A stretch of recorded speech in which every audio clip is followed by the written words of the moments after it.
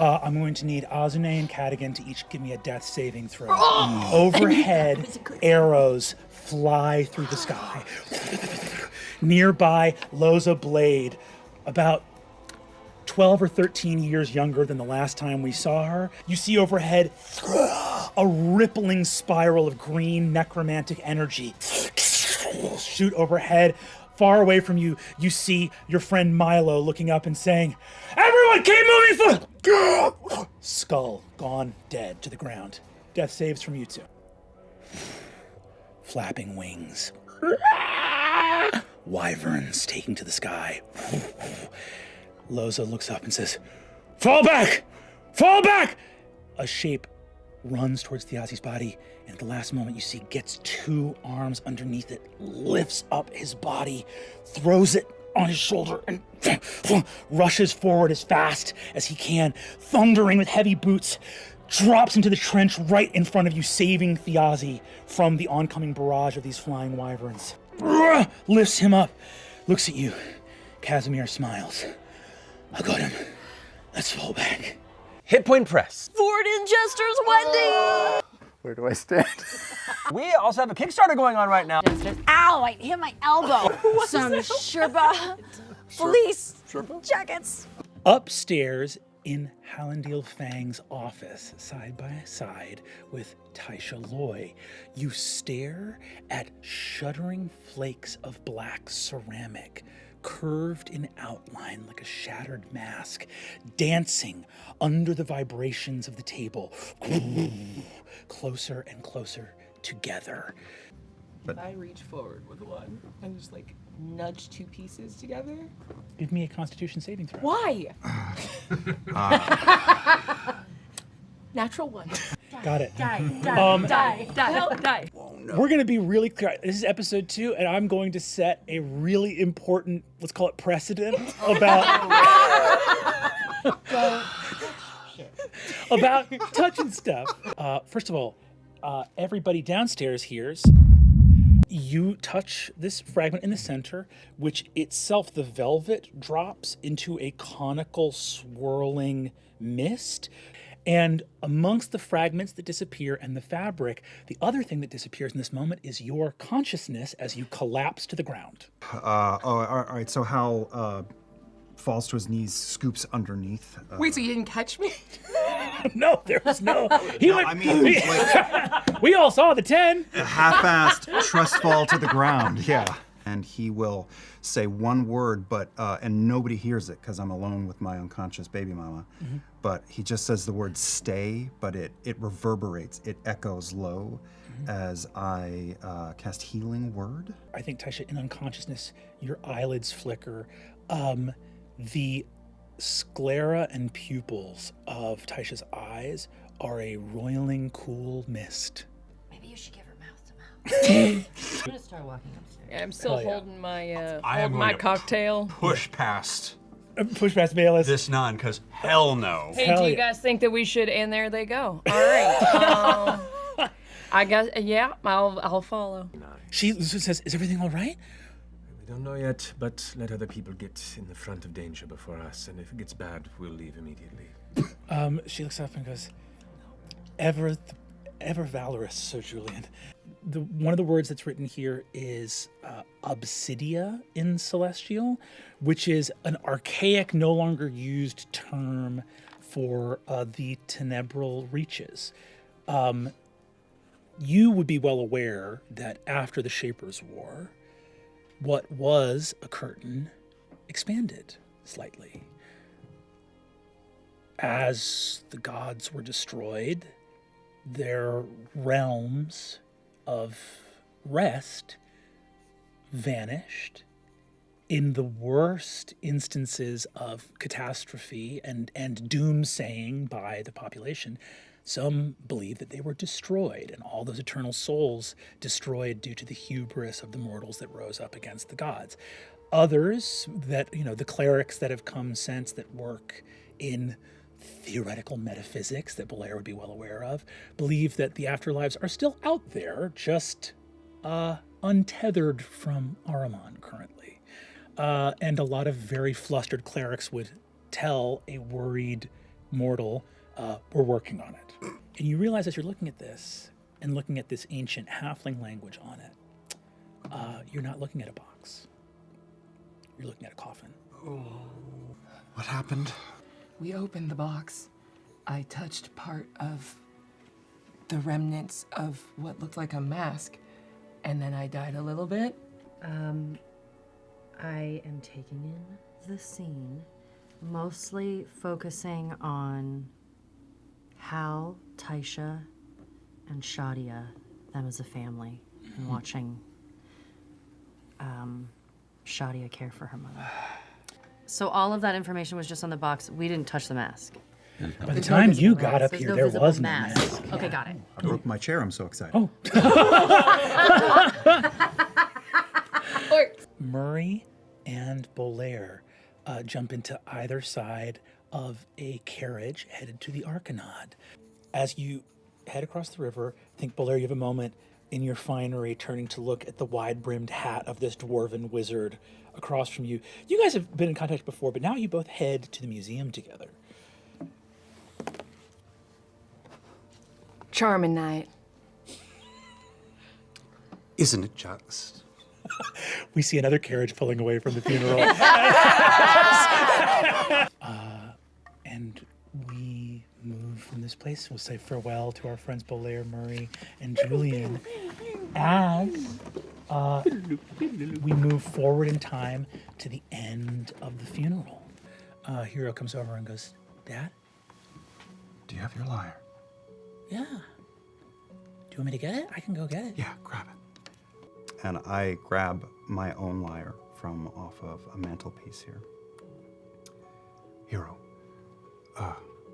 play Broken Wing. And Hero starts to play quietly on a lyre a song that is familiar to anyone who was around for the Falconers' Rebellion. It was played in taverns and halls and military tents early in that conflict when people were hopeful for the change that was being sought after in the Falconers' Rebellion.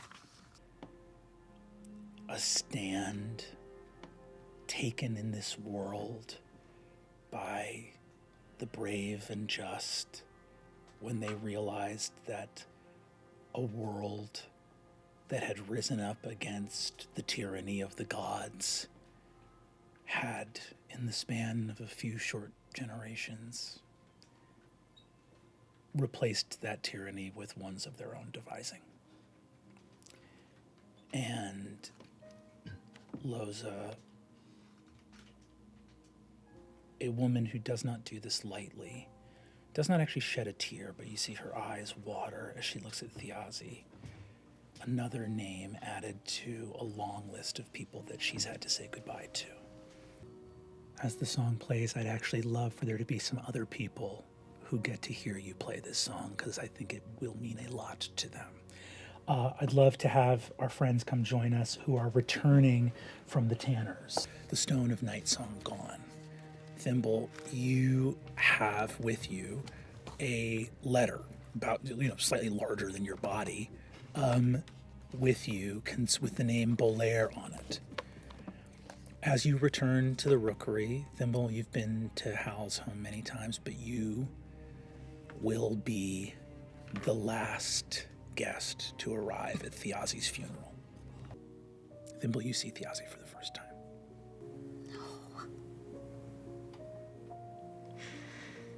No. And I'll fly over and land on his chest.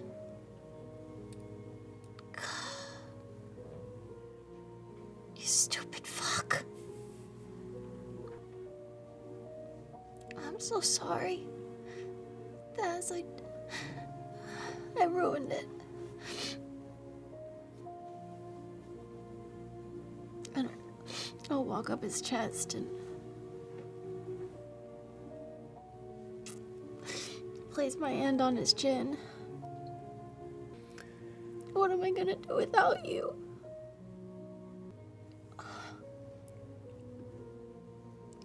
I'm so sorry, Hal. I fly up in the air and my light starts to glow. Was this you? Did you do this? And I'll fly over, I'll go right in your face. Did you bring those people? No. What people? I don't know what you're talking about. I had nothing to do with this. You came for that. You came for your stupid stone. I did. And I will get it. You took it from me. It doesn't belong to you. It doesn't belong to him. It belongs to me. It doesn't I am belong very to anyone sorry. now. It's gone. What do you mean it's gone? I dare you to read that die. Yeah. I couldn't tell. I can't. I'm sorry I made fun of you for your dice all these years. Oh, no, you can't read. Vicious full circle presents itself. It's just a 14. I have more I can't It's read. just a 14. Give it time. Hal, as you look up, I think as you walk back to land again on Thiazi's chest thimble, you look under his chest and you see there's a couple different necklaces. He kind of, like a lot of thieves and scoundrels, collected little bits of jewelry from here and there. But you see that a silver necklace is kind of bunched up that has his old wedding ring on it that he was wearing around his neck. And I think there's a moment where, Hal, you're standing nearby and you just remember being in a tiny little tower room of Castle Royce, two young guys, orcish commoners from Dol Makyar, in this noble's wedding, and your brother dressed in gifted finery, looking at you and being like, nervous. I don't know why I'm so nervous. I can't. None of this fits. I'm getting a noble's coat on loan from these people, my fiance's family, and a knock at the door, and her hand over her face, the lady Aranessa, going, I'm not looking. Your brother saying, I can't see you. I can still see you right now if you cover your eyes. And she's like, I don't know how it works. I've never been married before. Holding this gorgeous flower that looks like it's either foxglove or prickle poppy. This gorgeous flower. And she says, in our tradition, I'm supposed to, it's for you. It's a wedding gift. You should have it before the ceremony. And the flower opens. Oh.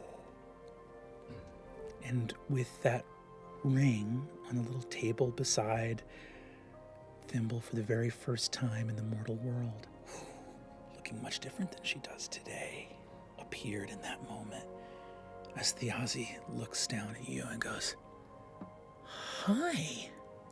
Oh, hi. Sorry, the fairy's a gift? I don't agree with any of this. I think it's kind of weird myself, but... Do you want to be a gift? You don't have to be a gift if you don't want to be a gift. Just shut up and say thank you. Thank you to you, frankly. I don't know. You see that? and Ernesta says, of course, it's not like that. It's just, she's free. If you wish, then you, marrying into the family, have the protection of the Fae. And as our family has enjoyed, Thimble is a warrior fairy from the gardens. I can kill a bunch of mice in your house. Also, I'm really good at braiding hair. See, Thiazi goes, is that related? Are those skills from one and the same? No, you know what? Now, here's what we really need to do. We need to catch a bunch of mice, braid their hair, keep everybody here on their toes. We can do that. We can do anything. I look up at Lady Arnessa. I think I'm really like it here. I'm gonna really like him. And I'll fly over and land on his shoulder. He lands on your shoulder and says, are they giving you a little outfit too? I don't like this stupid dress, so if we can get something different, I'd be thrilled. We'll go to a dollhouse upstairs and see what they got. Over my shoulder to Aranessa, I should say, I think you just bought yourself a lot of trouble. Oh, God, everything about this is ill-advised. Nothing's ever gonna be right again. I don't know how to do it. And I walk towards Thiazi. You're still on him? Thimble, I'm so sorry, but I need to check him. I need to see if the thing that pinged for me is still on him so I can compare it to the one that we found with you. You reach in on a 19 and pull out what looks like a small, sort of cheap piece of ceramic. It has something sort of scrawled on it, but it doesn't look, it's not what Thimble made. I think I'm lost in how this was my part of the assignment, and I believed this to be the right thing, and now I'm faced with this fake. You're looking at it. This is an extremely well-constructed forgery. What you notice is the physical craft of this is careless. The magical craft of it is very careful, almost like someone knew there would be no safe way to actually visibly see the object. But the magical words around it, you see, you can feel the hum of magic off of it. And it's illusion and conjuration, which was exactly what Thiazi needed to be able to make his escape. But you, on that 27, peer at that illusion. Oh, that's a perfect cover, because the conjuration is illusion too. And anyone that would have been looking for illusion would have found it, and they didn't have to work very hard to hide this. This is a magical aura warping that will fade come morning. Azune, you, at least for your part, didn't fuck up. It's exactly what you were looking for. It's just the illusion you were looking for is, in fact, an illusion. How It was meant to fool you. Somebody betrayed us. Somebody did betray us, and I have a hunch there's only 2 people in our group that are unaccounted for, Sid and Your brother. Casimir. They didn't show up. They didn't show up to the execution. Sid never, well, obviously, he didn't make it to the car that Sid was driving, so Sid never showed up for us. Casimir was a member of the Crow Keepers.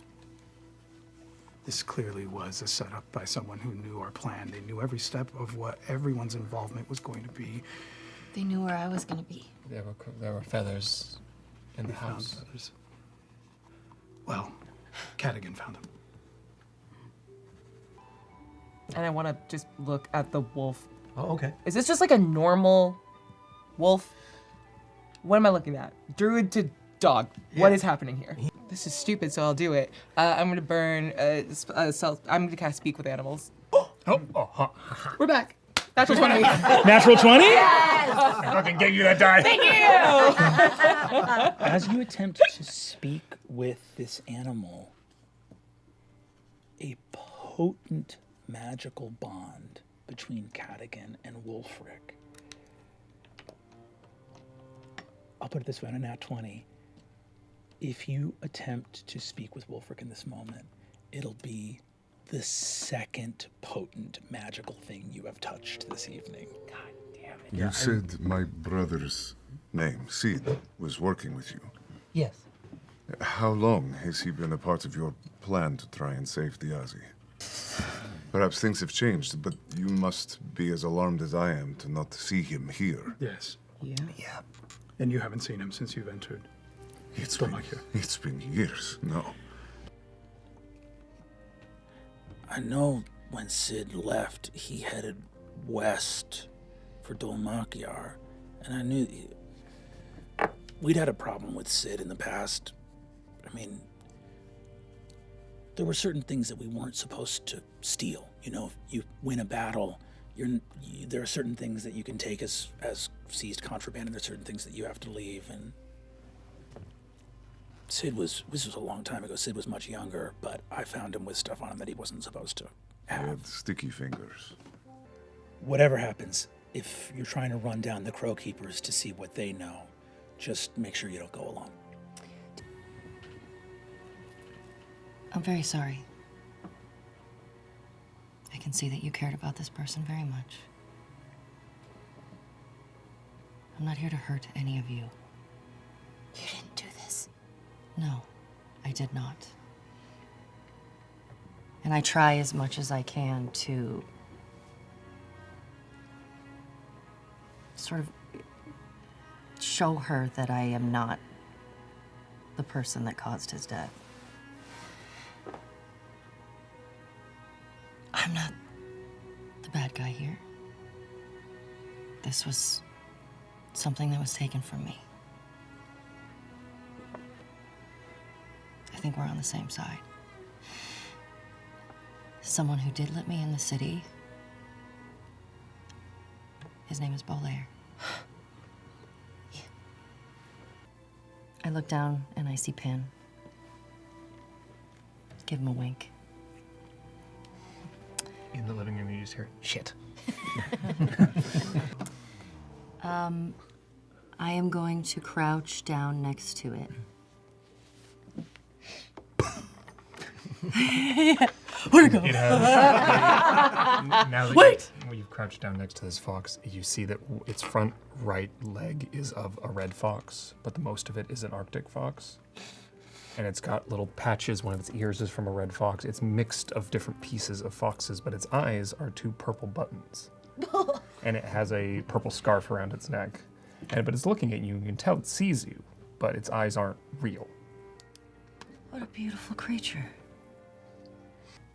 Eyes completely whited out as just sitting in the chair. All my senses are in. He's so fucking weird. You see the old like belle dame of the theater is like, I always find it distasteful when a gentleman doesn't help when there's cleaning going on. Just pitched back. You see, yeah, you can tell he's a noble. He's not lifting a finger. Look a little worse for wear these days.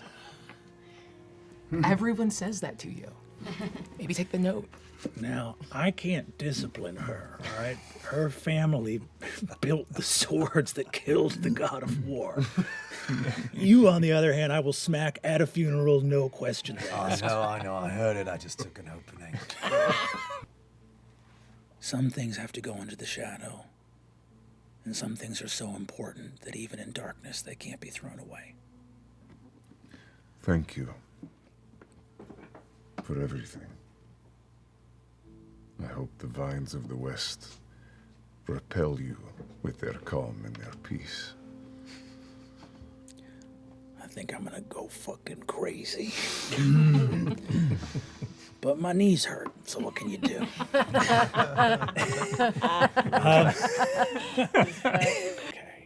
As Valus leaves, I know it's cold comfort in light of you looking for your special rock, but please take some of these pastries. I really have way too many, and we're not going to eat them all.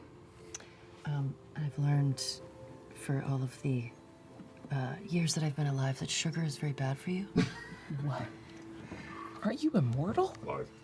I insist, Sort of. and I'm not offering.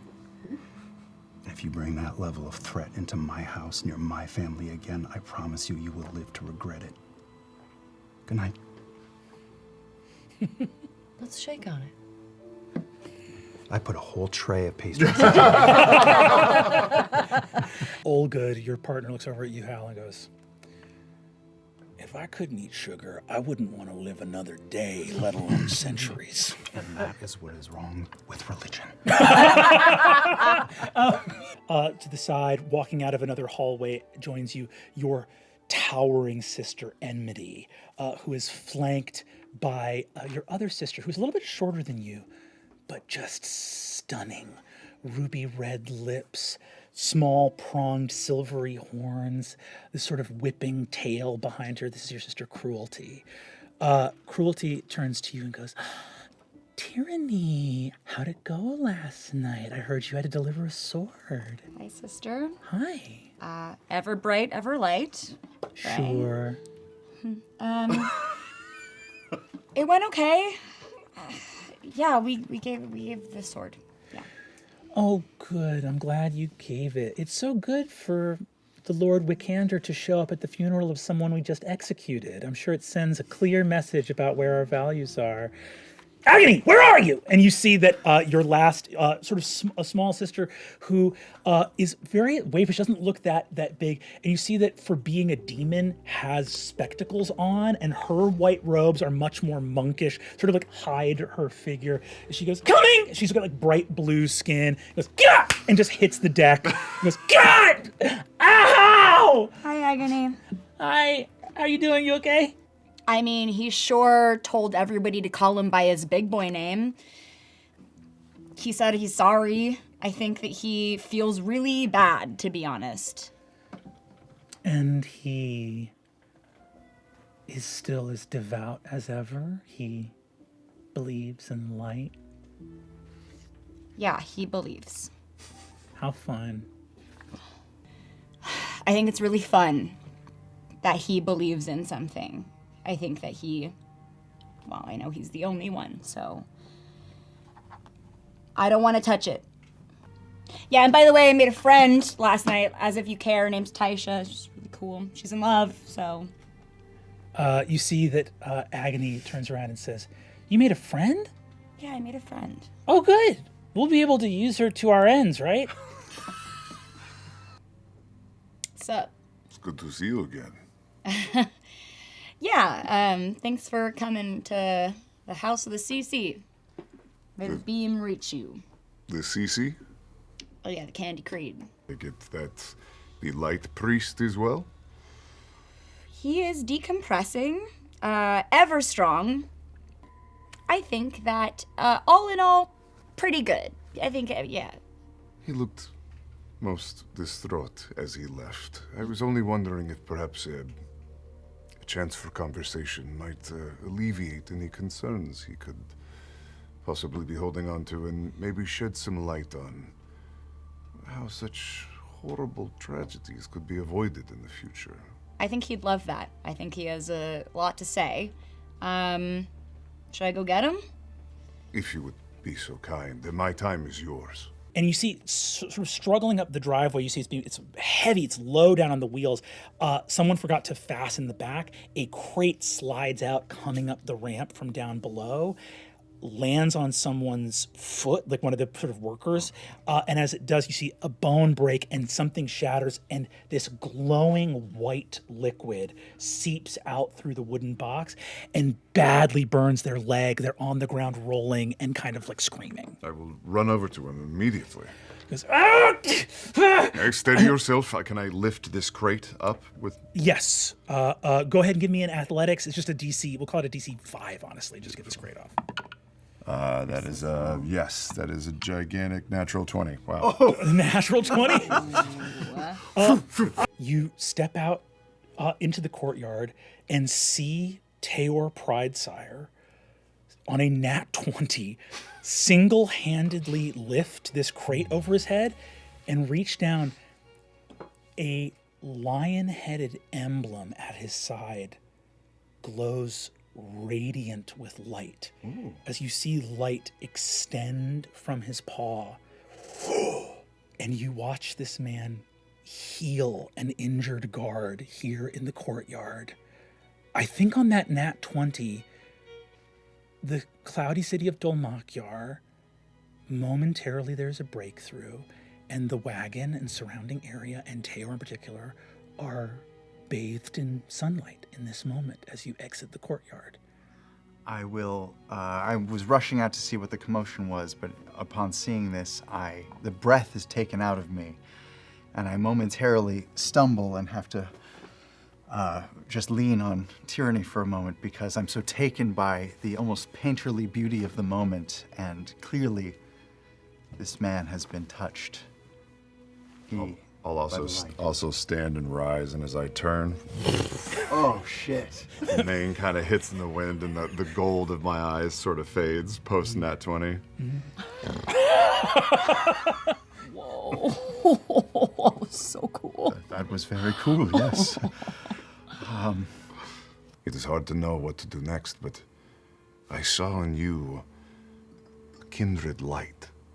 Yes. The feeling that answers lie in that light, and I knew that if I found you, I could find someone that would help me guide the others to that light. Once the door opens, a number of servants out there, and the Photarch, Inessa, walks in, your grandmother. Yes. I pick up my cane and sort of comport myself well.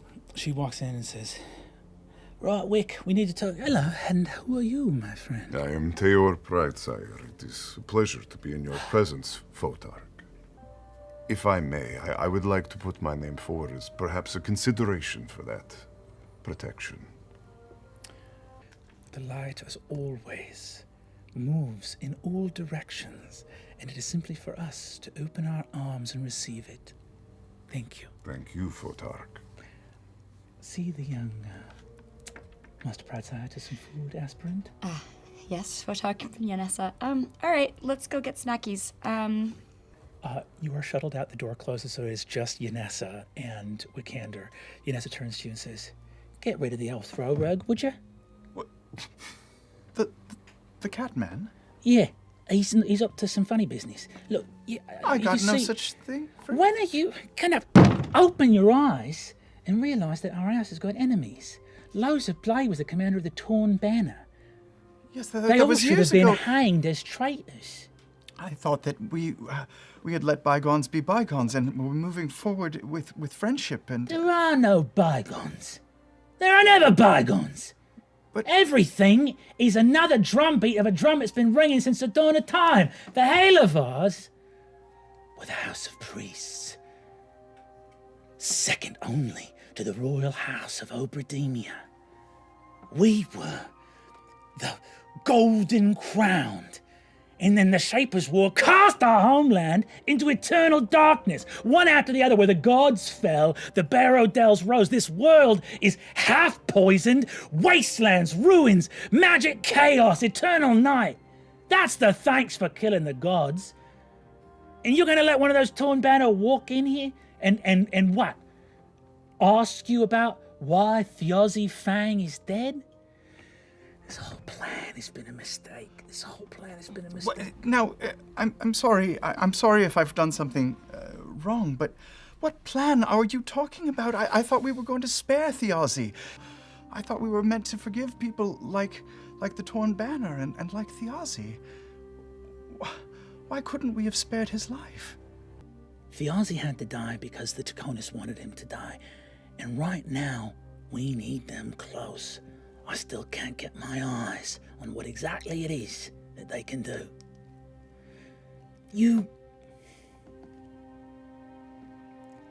I've done you wrong. I've betrayed you. No, not you. No. You speak only truth. I thought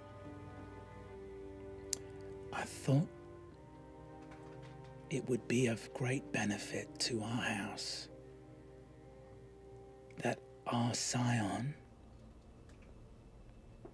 should walk only in the light. But there's nothing solid that doesn't cast a shadow. Yes. I made a mistake, and I've been making it, and it's time to set things right. Don't make any plans for tonight. When your father returns, it's time for you to know the truth. You mean to promote me? Yeah, Wiki, you're getting promoted. And she opens the door and leaves. And that's where we'll take our break. Yeah, Wiki, you're getting promoted. Like a lot of the stone that was shaped in the ruins after the Shapers' War, this stone is flawless, smooth gray, almost polished to the touch, summoned by druids, victorious in their defeat of the gods. For indeed, the old path, as it is called, was very nearly erased from the existence of Ahriman by the gods who sought for their millennia of rule to be the only path by which mortals could access the divine. And yet, the old path did survive. And the ancient smiths of the Loy family, a family of orcish smiths, native to Dolmakyar crafted the first of the pariah blades, those swords that were used to defeat Azgra the Conqueror, shaper of war.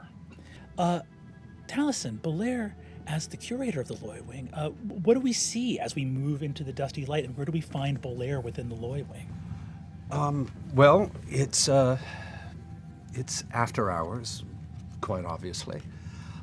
It is grand and has that echoey reverb of a institution with far too much money.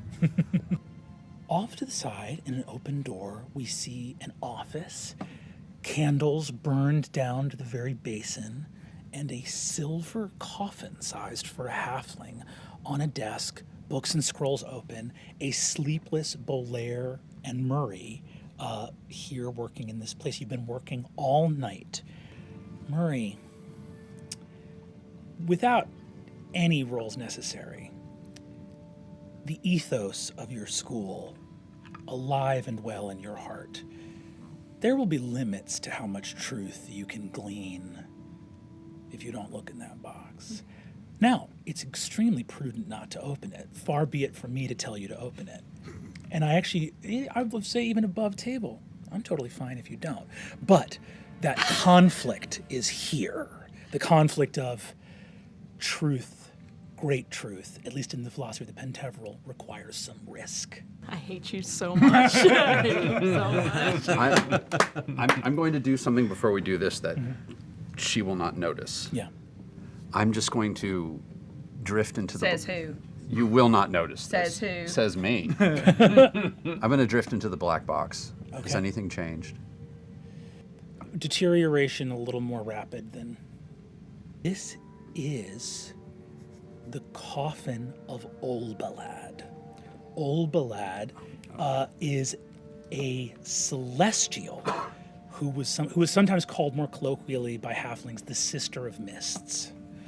And she was effectively the halfling angel of death, a celestial that guided them through the mists on their way.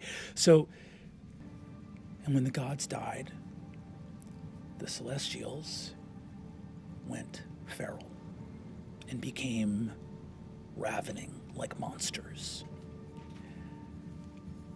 To see a celestial is to see death itself, and their presence is felt almost nowhere in the world. For in the aftermath of the Shaper's War, to leave one on the loose or running was a death sentence for that region, essentially. And this coffin claims to be the coffin for that celestial. The end of your tool has exited into the mist to the point where it should be pushing out the other side of the coffin, and it is not. Interesting. Oh, shit. I'm Oh, going shit. I'm going to drop it. Yeah. How long do you wait to hear something before you give up? I'm patient. I'll give it 30 seconds.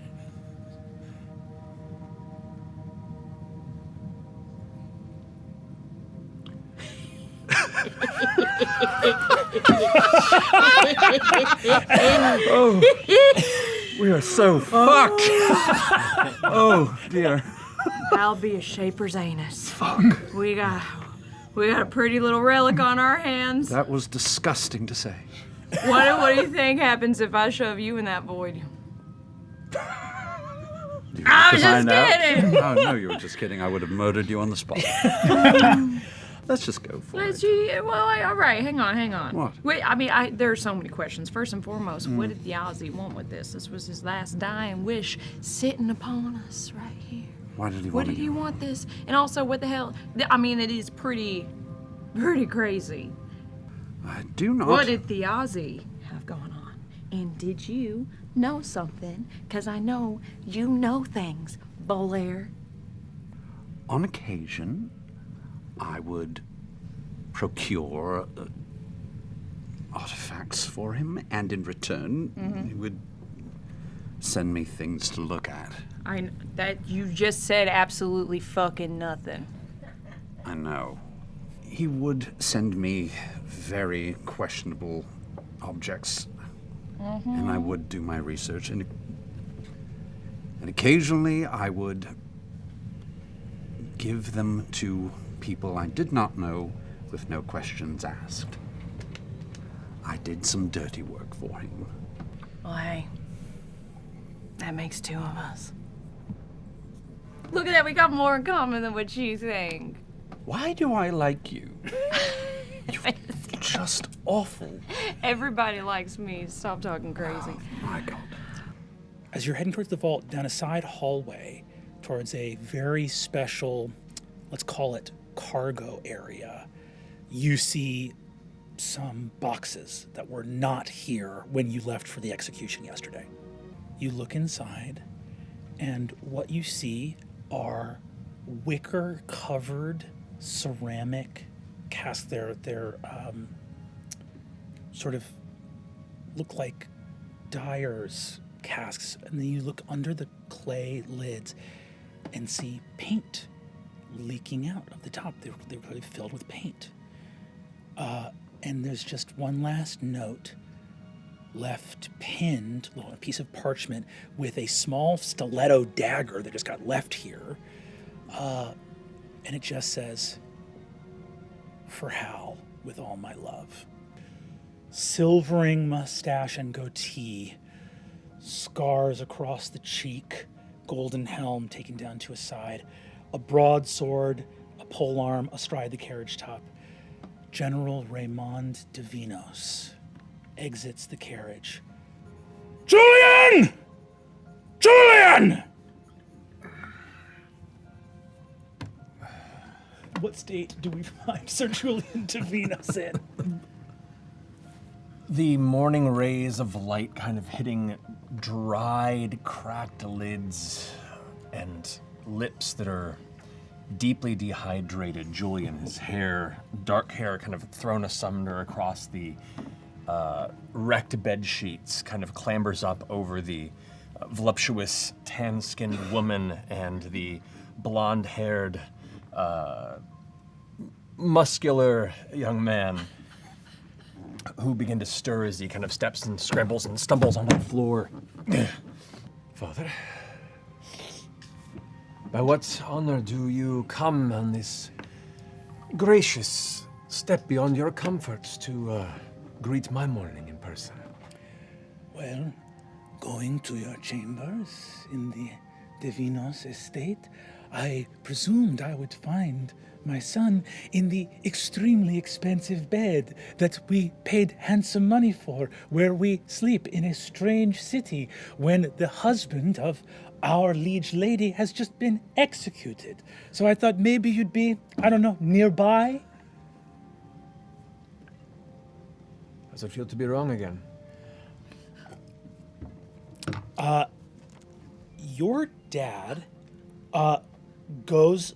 raises a hand to you, looks at the gauntlet, and starts to take it off, and by that time has calmed down enough.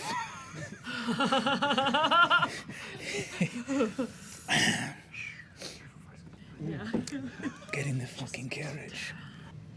The Taconis are currently searching for a member of their family, one who dwells primarily here in Dolmakyar. It would be wise. He is, I believe, in danger. And what role will you play in that? A security overseer. Understood. As a Lord Knight, it would be my honor to join you side by side in keeping this city safe. There's something about people who are power hungry. Yeah. When they finally pulled enough strings and positioned themselves for this very moment where he just looked at me and said, "I'm your new boss." And I just want to see how much pleasure there was behind his eyes, because if there's a hunger there for that kind of power, then it's just tasted something very sweet maybe, and I want to see if I can notice. Give me an insight check. I just critted that. Nat 20! There we go. Yes. Different sundered houses move differently. Yeah. This guy is coming to you with a tone of respectfulness and zeal and flattery that lets you know that this guy is truly dangerous. You see a person whose entire core philosophy, rather than being brickwork, is a solid monolithic cube of course I should be in charge. And everything else gets built on top of that. I guess the men-at-arms of the House Einfasen don't know how to detect magic with their eyes. Let's hope that stays that way. Well, let's hope it does, because I think they're also visiting the Penteveral today. I'm not surprised.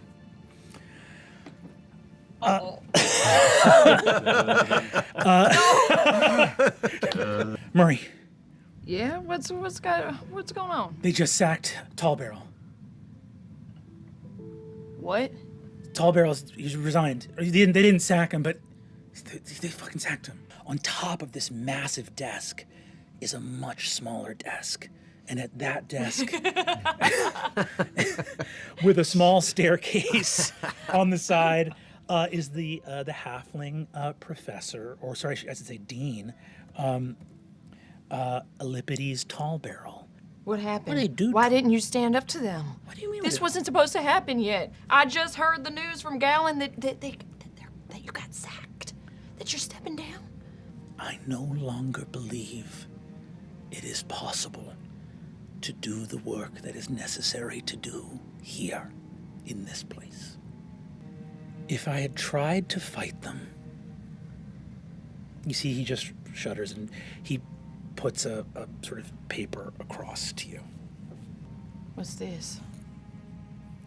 It's a letter affirming the decision from the Revolutionary Council to accept the advisement from the Chamber of Lords to revoke the license to cast arcane magic on student grounds here.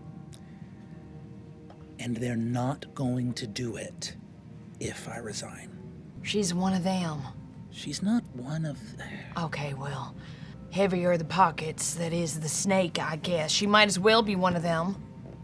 Sorry, you have a snake in your pocket? No, I'm saying Cora she's a snake. She's a dirty little greedy, grubby, backhand alley deal maker. She's got the house. She's in their pockets. They might as well have been creative about it.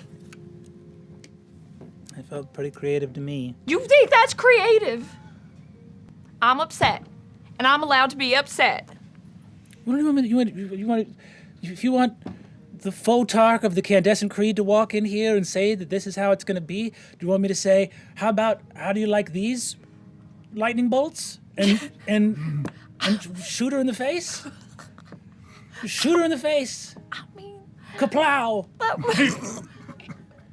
But... You're considering that would have it, been and that lets me... epic! Yes! Look, all right, I understand. I just don't understand. It's just this slippery slope that we have all been subjected to try and climb for the past months, years even, and it's like they're sitting at the top of it with just soap and water pouring it down this slippery slope until we all just smack onto our faces, bust our teeth out, and go sliding all the way back down to the bottom, right where they want us to be, which is under their big fucking feet. At the bottom of their hill. The analogy got away from me, but you understand what I'm saying, I'm right? still on the snake in the pockets. There's no snake in the pockets.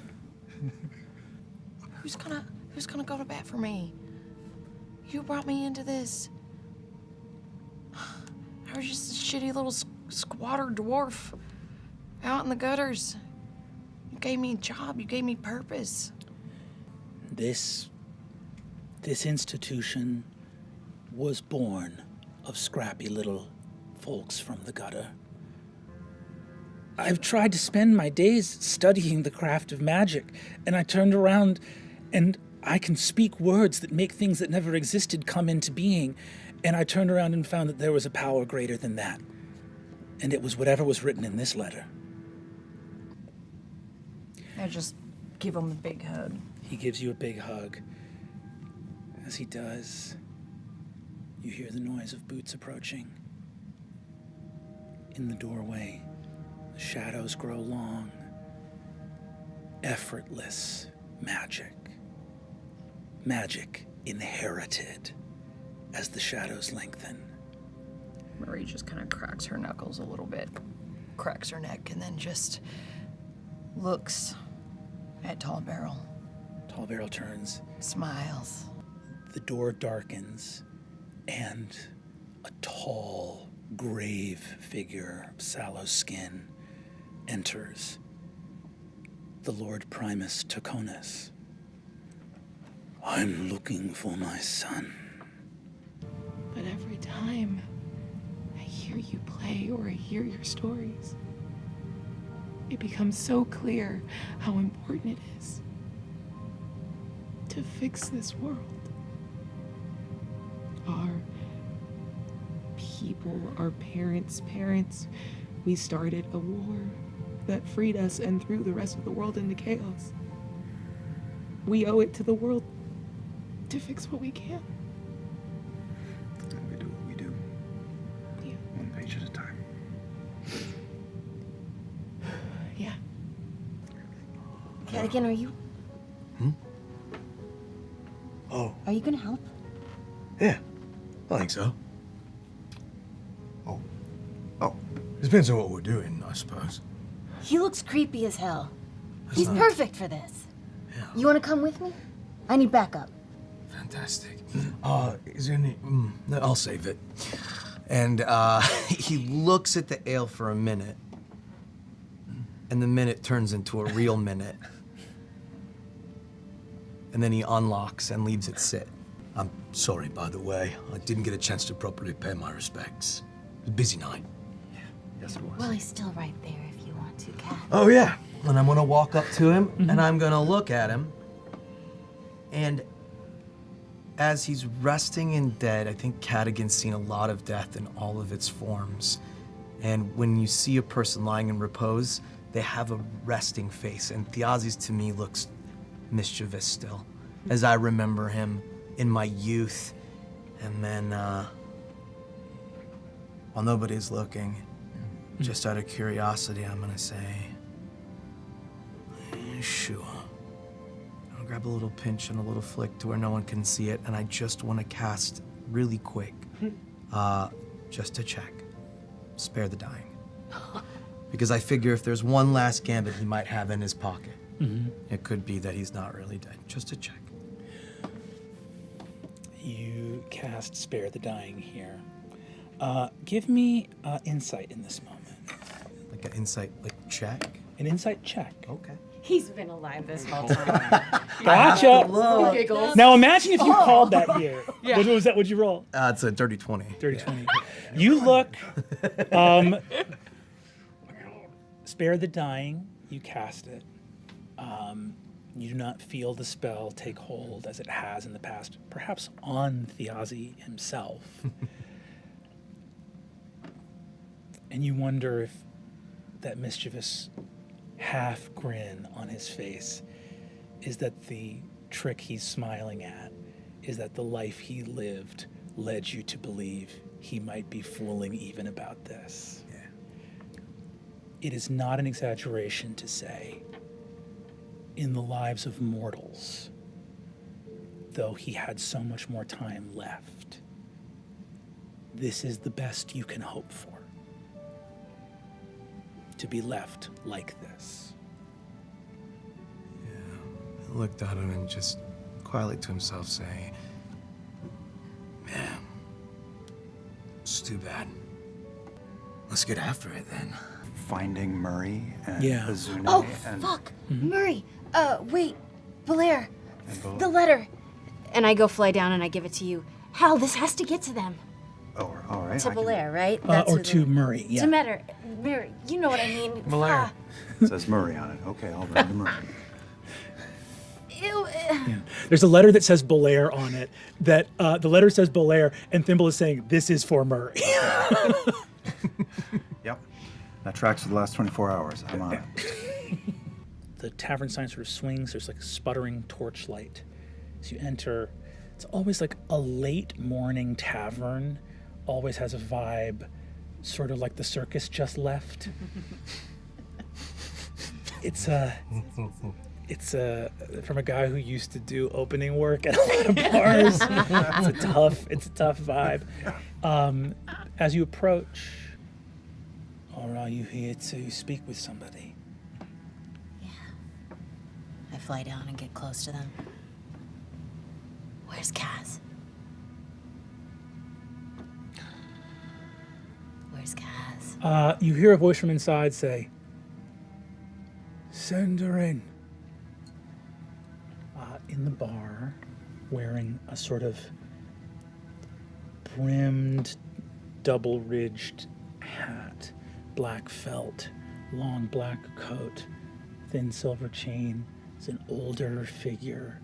You would recognize this as a gentleman. You don't know if it's his name, but people call him Solomon. I'm looking for Casimir. Has he been around?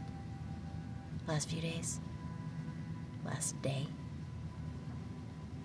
Give me a persuasion check. Let's fucking go, Tinker Hell.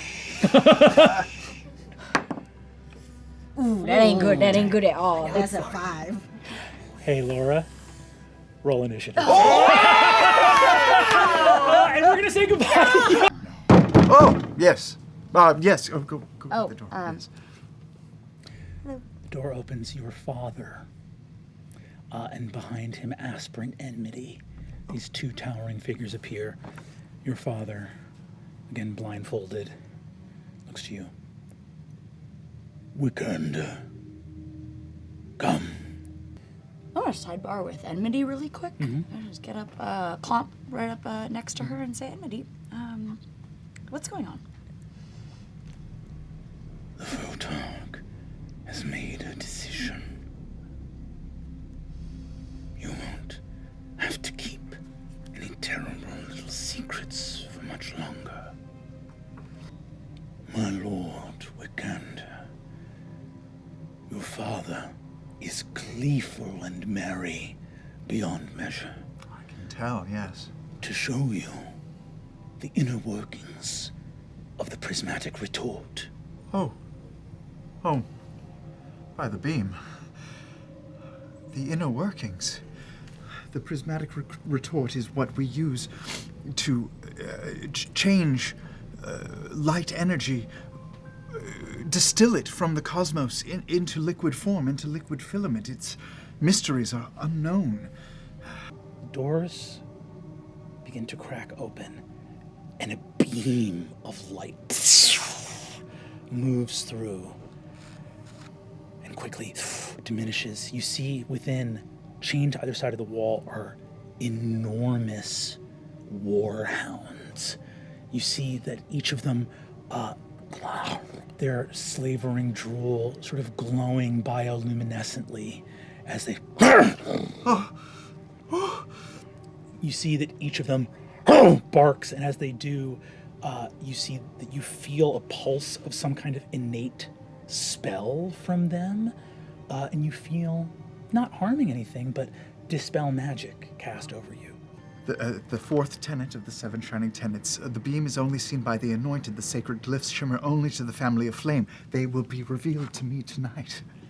Hey, can I say something really quick before we go further? Just, yes, but make it quick. Yeah, I just wanted to say that I know I haven't been really easy to work with these past couple months. I mean... And I'm really sorry about that. Oh, thank you. Thank you for that. You've made great progress, and I'm proud of what you've accomplished. We can't wait for more. Wiki, welcome.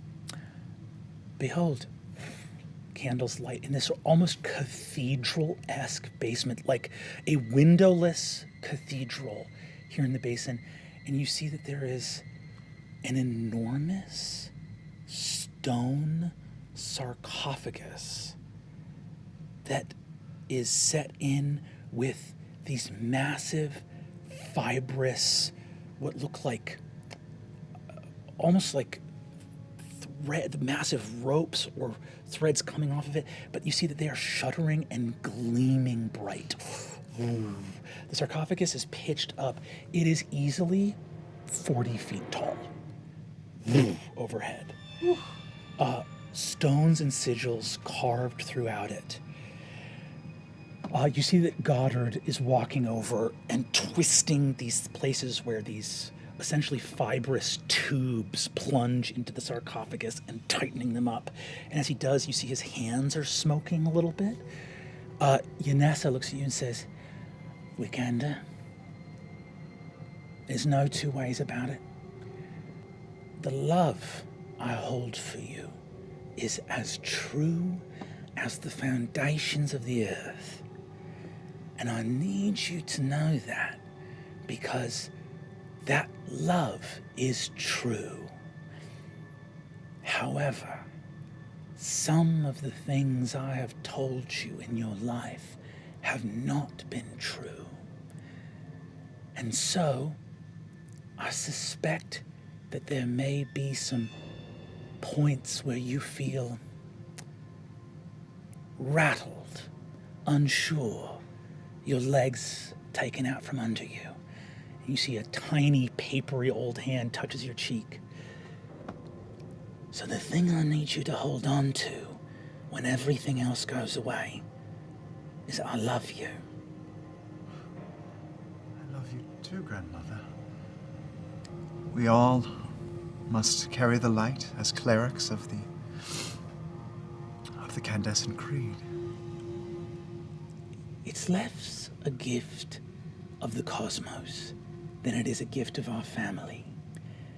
And it's less from any given creed than it is from faith, belief, goodness, justice. Goddard, open the retort. The machine. This is the machine that distills the light into filament. As you wish, Mother. Goddard goes to undo his blindfold. Takes it off. Beams of light emerge unbidden from his lidless eyes as two beams of light funnel into the base of the prismatic retort. The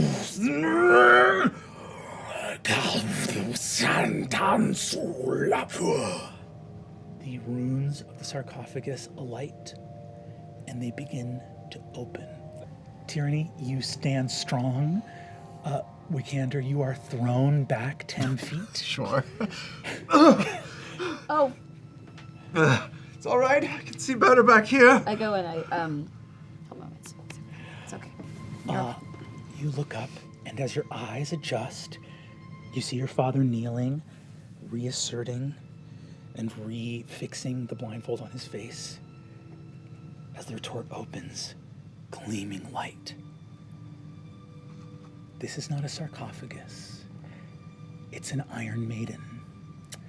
And within it is a 30-foot tall angel, chained with taps like that removes the sap from maple trees, gushing blood out as the angel, chained with its head against the inner workings, its featherless wings spread out and splayed against the inside of the machine, roars out like a screaming titan as rows and rows of unpointed teeth within its mouth gnash furiously. It blasts forth bilious, gleaming blood over its shining body. Claws and feet reaching forward against the chains. Yanessa turns to you. Wiki, I'd like you to meet your grandfather. That's all for this episode of Critical Role. Wait, no, go. And we'll see you next week. No, don't cut.